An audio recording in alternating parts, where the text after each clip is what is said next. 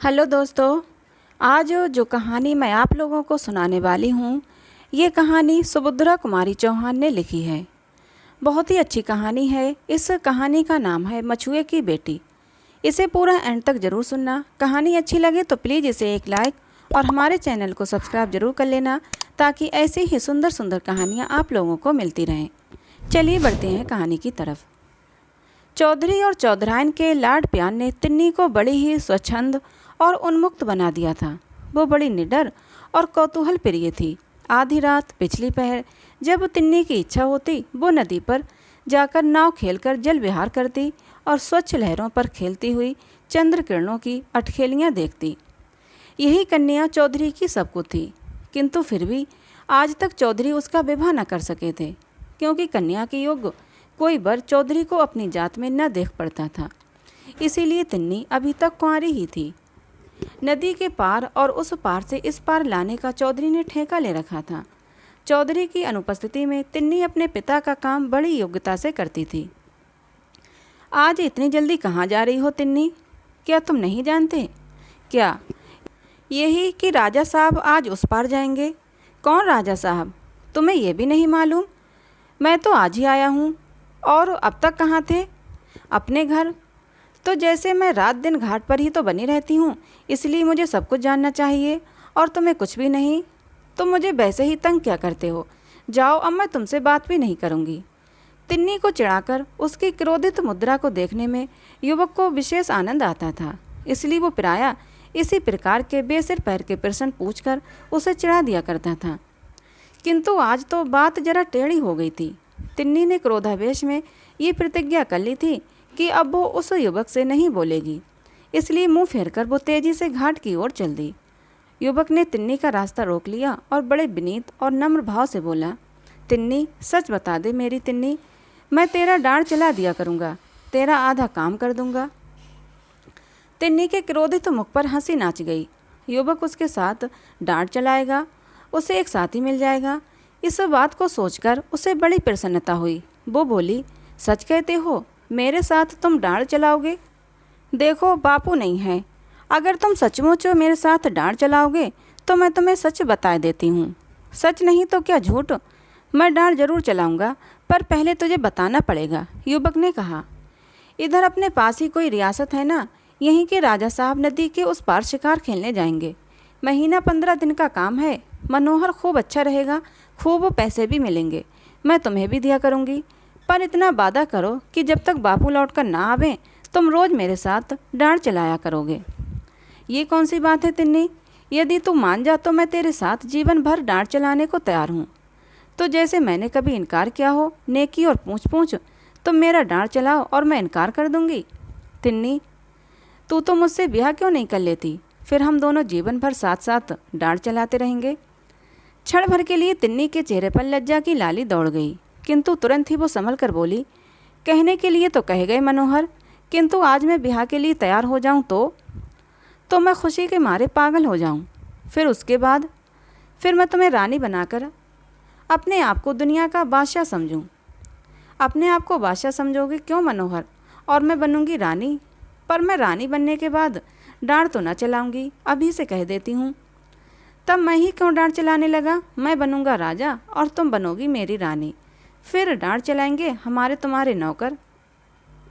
अच्छा, ये बात है, कहकर तिन्नी खिलखिलाकर हंस पड़ी और दोनों हंसते हुए घाट की तरफ चले गए।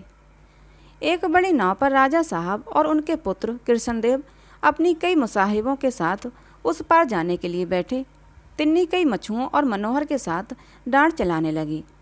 तिन्नी नाव भी खेती जाती थी और साथ ही मनोहर से हंस हंस कर बातें भी करती जाती थी।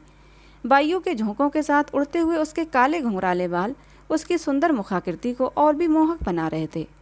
कृष्णदेव उसके मुंह की ओर किस स्थिरता के साथ देख रहे हैं, इस ओर तिन्नी का ध्यान ही न था। किंतु राजा साहब से अपने बेटे की मानसिक दशा छुपी न रह सकी। युवा काल में उनके जीवन में कई बार ऐसे मौके आ चुके थे। अब कृष्णदेव प्रायः प्रतिदिन ही जल विहार के लिए नौका पर आते और डांड चलाने का काम बहुधा तिन्नी ही क्या करती। कृष्णदेव के मूक प्रेम और आकर्षण ने तिन्नी को भी उनकी तरफ बहुत कुछ आकर्षित कर लिया था। जिस समय कृष्णदेव नौका पर आते उस समय अन्य मछुओं के रहते हुए भी तिन्नी स्वयं ही नौका चलाती। राजा साहब से कुछ छिपा न था। कुमार रोज जल विहार के लिए जाते हैं और तिन्नी ही नाव चलाया करती है, ये राजा साहब ने सुन लिया था। अतः बात को इससे अधिक बढ़ने देने के अभिप्राय से राजा साहब बिना शिकार खेले ही एक दिन अपनी रियासत को लौट गए। जाने को पिता के साथ कृष्णदेव भी गए, किंतु उनका हृदय मछुए के झोपड़े में तिन्नी के पास ही छूट गया। रियासत पहुंचकर कृष्णदेव सदा उदास और न जाने किन विचारों में निमग्न रहा करते। शायद उन्हें रह रहकर मनोहर के भाग पर ईर्ष्या होती थी। वो सोचते, मनोहर किस प्रकार तिन्नी के पास बैठकर नाव चलाया करता है, तिन्नी कैसी घुल मिलकर हंसती हुई उससे बातें क्या करती है। एक मामूली आदमी होकर भी मनोहर कितना सुखी है। काश मैं भी एक मछुआ होता और तिन्नी के पास बैठकर नाव चला सकता तो कितना सुखी होता। किंतु किसी से कुछ भी ना कहते। हाँ, अब उन्हें आखिर से रुचि न थी। शतरंज के भी बहुत ही अच्छे खिलाड़ी थे, किंतु अब मोहरों की ओर उनसे आंख उठाकर भी ना देखा जाता। अध्ययन से भी उन्हें बड़ा प्रेम था। उनकी लाइब्रेरी में विद्वान लेखकों की अच्छी से अच्छी पुस्तकें थीं, किंतु उन पर अब इंचों धूल जम रही थी। यार दोस्त आते, घंटों छेड़छाड़ करते, किंतु कृष्णदेव में तिल भर का भी परिवर्तन ना होता। उनके अंतर जगत में कितना भयंकर तूफान उठ रहा था, ये किसे मालूम था। कृष्णदेव अपनी वेदना चुपचाप पी रहे थे, किंतु उनकी आंतरिक पीड़ा को उनकी शारीरिक अवस्था बतला रही थी। उनका स्वास्थ्य दिनों दिन गिरता जा रहा था। पिता से पुत्र की बीमारी छिपी न थी, वे सब जानते थे, किंतु वे चाहते ये थे कि बात किसी प्रकार दबी है तो दबी ही रह जाए, उन्हें बीच में न पड़ना पड़े।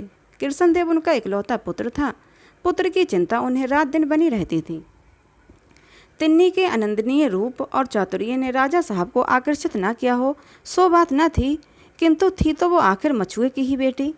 राजा साहब उससे कृष्णदेव का विवाह करते भी तो कैसे। एक दिन राजा साहब कृष्णदेव के कमरे में गए। उस समय वो सोए हुए थे, आंखों के पास रोते रोते गड्ढे से पड़ गए थे। चेहरा पीला पीला और शरीर सूख कर कांटा सा हो रहा था। जमीन पर ही एक चटाई के ऊपर बिना तकिए के मखमली बिछौने पर सोने वाला उनका दुलारा कृष्णदेव न जाने किस चिंता में पड़ा पड़ा सो गया था। राजा साहब की आंखों में आंसू आ गए। वे कुछ न बोलकर चुपचाप कृष्णदेव के कमरे से बाहर निकल आए। दूसरे ही दिन रियासत से तिन्नी समेत चौधरी का बुलावा हुआ। उन्हें शीघ्र से शीघ्र उपस्थित होने की आज्ञा थी और साथ ही उन्हें लेने के लिए सवारी भी आई थी। इस घटना ने मोहल्ले भर में हलचल मचा दी। चौधरी बहुत घबराए। सोचा, अवश्य ही मेरी अनुपस्थिति में इस उद्दंड लड़की ने कोई अनुचित व्यवहार कर दिया होगा। राजा साहब जरूर नाराज हैं, नहीं तो तिन्नी समेत लाए जाने के कारण ही क्या हो सकता है। मोहल्ले वाले सभी चौधरी को समयोचित सीख देते आए। अपनी अपनी समझ के अनुसार किसी ने कुछ कहा, किसी ने कुछ। तिन्नी का हृदय कुछ और ही बोल रहा था। तिन्नी पिता के पास मोटर पर बैठने ही वाली थी। मनोहर ने आकर धीरे से तिन्नी से कहा, तिन्नी, कहीं राजकुमार ने तुम्हें अपनी रानी बनाने के लिए तो नहीं बुलाया? कुछ तुम मुझे अपनी रानी बनाते हो, कुछ राजकुमार बनाएंगे। तिन्नी, तुम सदा ही मेरे हृदय की रानी रही हो और रहोगी। आज ऐसी बातें क्यों करती हो? सो कैसे? बिना विवाह हुए ही मैं तुम्हारी या तुम्हारे हृदय की रानी कैसे बन सकती हूँ? तिन्नी ने रुखाई से पूछा। तिन्नी, रानी बनने के लिए विवाह थोड़े ही जरूरी है। जिसे हम प्यार करते हैं वही हमारी रानी होती है। तिन्नी का चेहरा तमतमा गया। बोली, धत, मैं ऐसी रानी नहीं बनना चाहती। ऐसी रानी से तो मछुए की बेटी ही भली। और मनोहर के उत्तर की प्रतीक्षा न करके पिता के पास जाकर मोटर पर बैठ गई। मोटर स्टार्ट हो गई। जब ये लोग रियासत में राजा साहब के महल के सामने पहुँचे तब कुछ अंधेरा हो चला था। इनके पहुँचने की सूचना राजा साहब को दी गई। चौधरी पुत्री समेत महल के सोने कमरे में बुलाए गए। कमरे में राजा साहब और कृष्णदेव को छोड़कर कोई न था। डर के मारे चौधरी की तो हुलिया ही बिगड़ रही थी, किंतु तिन्नी मन ही मन मुस्कुरा रही थी। पिता पुत्री का उचित सम्मान करने के उपरांत राजा साहब ने मछुए को संबोधन करके कहा, चौधरी, हमने तुम्हें किस लिए बुलाया है कदाचित तुम नहीं जानते। चौधरी भय से कांप उठे, हाथ जोड़कर बोले, मैं तो महाराज का गुलाम हूँ सदा। राजा साहब बात काटते हुए बोले, हम तुम्हारी इस कन्या को राजकुमार के लिए चाहते हैं। तिन्नी होठों के भीतर मुस्कुराई और चौधरी आश्चर्य से चकित हो गए। एक बार राजा साहब की ओर, फिर उन्होंने तिन्नी की ओर देखा। सहसा चौधरी को इस बात पर विश्वास न हुआ। कहाँ मैं एक साधारण मछुआ और कहाँ वे एक रियासत के राजा। हमारे बीच में कभी रिश्तेदारी भी हो सकती है। फिर न जाने क्या सोचकर भय बेहल चौधरी ने हाथ जोड़कर कहा, महाराज, ये कन्या मेरी नहीं है। राजा साहब चौंक उठे। आश्चर्य से उन्होंने चौधरी से पूछा, फिर ये किसकी लड़की है? हाथ जोड़े ही जोड़े चौधरी बोले, महाराज, 15 साल पहले की बात है। नदी में बहुत बाढ़ आई थी। उसी बाढ़ में मेरे बुढ़ापे की लकड़ी ये कन्या मुझे मिली थी। ये एक खाट पर बहती हुई आई थी और इसके गले में एक छोटी सी सोने की ताबीज़ थी।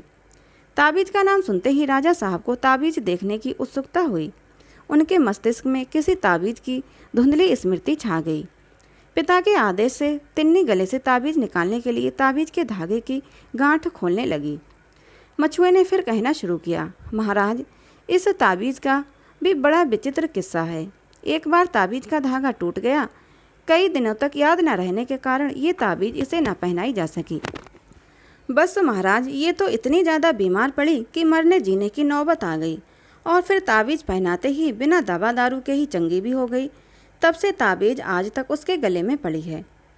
राजा साहब को स्मरण हो आया कि 15 साल पहले उनकी लड़की भी टेंट के अंदर से बाढ़ में बह गई थी, जिसके गले में उन्होंने भी एक ज्योतिषी के आदेशानुसार ताबीज़ पहनाई थी। उन्होंने एक बार कृष्णदेव और फिर तिन्नी के मुंह की ओर देखा। उन्हें उनके मुंह में बहुत कुछ समानता दिख पड़ी। तब तक तिन्नी ने गले से ताबीज़ निकालकर राजा साहब के सामने कर दिया। राजकुमार का हृदय बड़े ही बेग से धड़क रहा था। ताबीज़ हाथ में लेते ही राजा साहब ने मेरी कांति कहते हुए तिन्नी को छाती से लगा लिया। ये वही ताबीज़ थी जिसे ज्योतिषी के आदेश से राजा साहब ने पुत्री के गले में पहनाया था। पिता पुत्री और भाई बहन का ये अपूर्व सम्मिलन था। सबकी आंखों में प्रेम के आंसू उमड़ आए। अब महल के पास चौधरी के रहने के लिए पक्का मकान बन गया है। चौधरी अपनी स्त्री समेत वहीं रहते हैं। अब उन्हें नाव नहीं चलानी पड़ती। रियासत की ओर से उनकी जीविका के लिए अच्छी रकम बांध दी गई है। राजमहल में रहती हुई भी कांति चौधरी के घर आकर तिन्नी हो जाती है। अब भी वो चौधरी के साथ उनकी थाली में बैठकर चौधरायन के हाथ की मोटी मोटी रोटियां खाती है। तिन्नी को बहन के रूप में पाकर कृष्णदेव को कम प्रसन्नता न थी। वे तिन्नी का साथ चाहते थे, चाहे वो पत्नी के रूप में हो या बहन के। तो दोस्तों, ये कहानी थी सुभद्रा कुमारी चौहान की लिखी हुई मछुए की बेटी। कहानी कैसी लगी कमेंट बॉक्स में ज़रूर बताना। अच्छी लगी हो तो प्लीज़ एक लाइक और चैनल को सब्सक्राइब जरूर कर लेना। मिलते हैं अगली किसी नई कहानी के साथ।